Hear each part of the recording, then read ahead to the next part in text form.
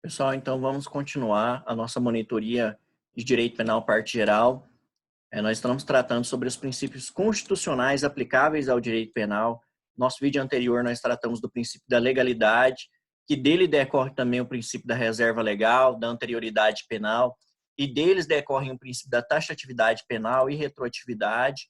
Falamos também sobre a legalidade formal e material, a norma penal em branco, né, e em sentido aberto, heterogênea, homogênea, homovitelina, heterovitelina. E nesse vídeo nós vamos tratar sobre os demais princípios constitucionais aplicáveis ao direito penal. Entre eles, nós temos o princípio da individualização da pena, que tem previsão legal no artigo 5º, inciso 46 da nossa Constituição, que diz o seguinte: a lei regularizará a individualização da pena e adotará algumas medidas. Por consequência disso, desse princípio, nós compreendemos três dimensões ou três fases que buscam atender a esse princípio individualizador da pena. Temos a fase legislativa, que se dá através da combinação de punições proporcionais à gravidade dos crimes e com estabelecimento de penas mínimas e máximas. Temos a fase judicial, ou seja, que busca a individualização da pena, feita com base na análise do magistrado, das circunstâncias do crime, dos antecedentes do réu, e a fase administrativa, que cuida da execução, ou seja, a individualização ela é feita na execução da pena. Na parte administrativa, assim questões como a progressão de regime, concessão de saídas eventuais do local para o cumprimento de penas e outras são tratadas nessa fase administrativa. E ainda no artigo 5º, inciso 46 da nossa Constituição, ele vem também trazer aqui alguns casos em que deverá haver uma individualização da pena, e aí se faz mister, né? Ou seja, se faz necessário a leitura desse artigo 5º, inciso 46, para compreensão dessas hipóteses aí de individualização que devem ser respeitadas na aplicação da pena, sobretudo em sua execução. Temos também o princípio da intranscendência da pena, que vem do artigo 5º, inciso 45, que diz o seguinte: nenhuma pena passará da pessoa do condenado, podendo a obrigação de reparar o dano e a declaração do perdimento dos bens ser, nos termos da lei, estendida a seus sucessores e contra eles executados até o limite do valor do patrimônio transferido. Veja bem, nenhuma pena passa da pessoa do condenado, ou seja, nenhuma sanção penal, em sentido material, ela vai passar da pessoa do indivíduo. Se esse indivíduo morre, por exemplo, a pena não passa aos seus sucessores.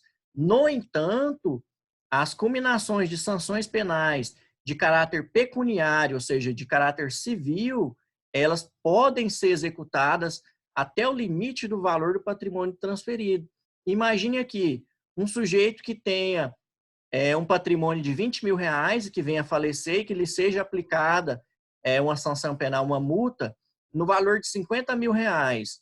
Ou seja, até o valor de 20 mil reais, que seria a herança que ele iria deixar aí para os seus sucessores, vai poder ser executada essa sanção penal.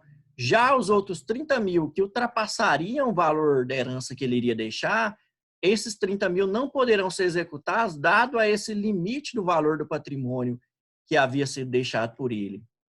Temos aí o princípio da humanidade, que vem no artigo 5º, incisos 47, que diz o seguinte: não haverá penas, primeiro, de morte, e aqui vale lembrar que há uma exceção, né, em caso de guerra declarada é possível a decretação de pena de morte para aqueles crimes decorrentes de guerra, né? Também não é possível haver penas de caráter perpétuo, é vedado pena de caráter perpétuo no Brasil, é vedado pena de trabalhos forçados, é vedado as penas de banimento e as penas cruéis.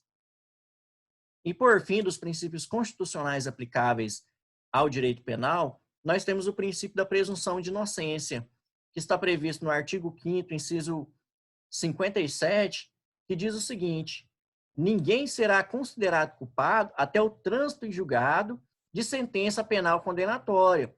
Vale aqui lembrar que o trânsito em julgado de sentença penal condenatória no Brasil segundo o entendimento recente do nosso Supremo Tribunal Federal, em uma discussão recente, se dá na terceira instância, ou seja, se dá aqui no próprio Supremo Tribunal Federal. No entanto, vale ressaltar que o trânsito em julgado de sentença penal condenatória, ela pode acontecer na primeira instância. E, na verdade, é o que mais acontece. Normalmente, as penas e as sentenças, elas acabam tendo a sua sentença em trânsito julgado na primeira instância. Ou seja, se o indivíduo ele é condenado em primeira instância e ele tem um prazo para recorrer nessa primeira instância daquela pena ou da imputação daquele crime e ele não recorre nesse prazo, daí então tem-se o trânsito em julgado também. Agora, se esse indivíduo decide recorrer para a segunda instância, ele ainda é considerado inocente. Se ele recorre para a terceira instância, ainda é considerado inocente. Só então na terceira instância, que é o nosso Supremo Tribunal Federal, é que haverá o trânsito em julgado para esse indivíduo que recorreu. Mas caso ele não recorra, o trânsito em julgado se dá na primeira instância ou na segunda instância. Por consequência do princípio da presunção de inocência, nasce o princípio do indúbio pro réu, ou princípio favor rei, ou princípio libertatis. Aí são algumas termologias que são trazidas aí pela doutrina, que nada mais é que compreender que, na dúvida, tem que se considerar esse indivíduo como inocente. E do princípio do indúbio pro réu, ou seja, do princípio da inocência, nós temos uma dimensão interna e uma dimensão externa. A dimensão interna é compreender que o indivíduo deve ser tratado como inocente dentro do processo. Ou seja, dentro do processo ele deve ser considerado inocente até o trânsito em julgado por sentença penal condenatória. E há uma dimensão externa, que é fora do processo. Ele também precisa ser considerado inocente. Imagine um caso, por exemplo, do indivíduo que está respondendo uma ação penal e que ele venha passar em um concurso público. Não pode ser negada a esse indivíduo a posse nesse concurso público, por exemplo, dado ao princípio da inocência, porque há em desfavor dele uma ação penal. Então, por consequência do princípio do indúbio pro réu, ele tem que ser considerado inocente dentro do processo e fora do processo. Há a exceção, que é o indúbio pro societá, em que o magistrado ele vai agir em prol da sociedade. Ou seja, existem casos em que o juiz agirá em benefício da sociedade.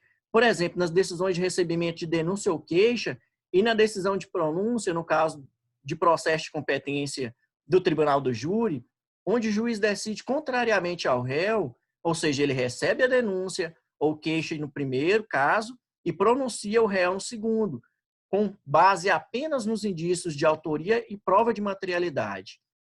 E aí eu trago aqui uma súmula muito importante do STJ, que é a súmula 444, que diz o seguinte: é vedada a utilização de inquéritos policiais e ações penais em curso para agravar a pena base. Veja bem, primeiro, o inquérito policial ele é uma fase pré-processual, ou seja, o indivíduo ele ainda é considerado inocente, está sob investigação e no inquérito policial sequer lhe é garantido o contraditório e a ampla defesa. Então, com base nisso, não se pode utilizar de um inquérito policial para agravar a pena base desse indivíduo. Porém, é importante trazer aqui, em um caso diverso, que a regressão de regime e cumprimento de pena, segundo o entendimento do STF e STJ, não requer necessidade de condenação em trânsito julgado, para que o preso sofra regressão de regime de cumprimento de pena mais brando para o mais severo. Ou seja, por exemplo, do semiaberto para o fechado. Por quê? Aqui não se respeita esse princípio da presunção de inocência. Porque nesse caso aqui, vem tratar da Lei de Execução Penal, a LEP, em que ela há uma previsão que basta que ocorra uma falta grave para que esse indivíduo possa sofrer uma regressão de regime. Então, não é preciso que haja a espera de um trânsito em julgado de um processo para que esse indivíduo regrida de regime. Então, pessoal, dos princípios constitucionais aplicáveis ao direito penal são esses: princípio da legalidade e seus princípios que partem dele, princípio da individualização da pena, princípio da intranscendência da pena, princípio da humanidade e princípio da presunção de inocência.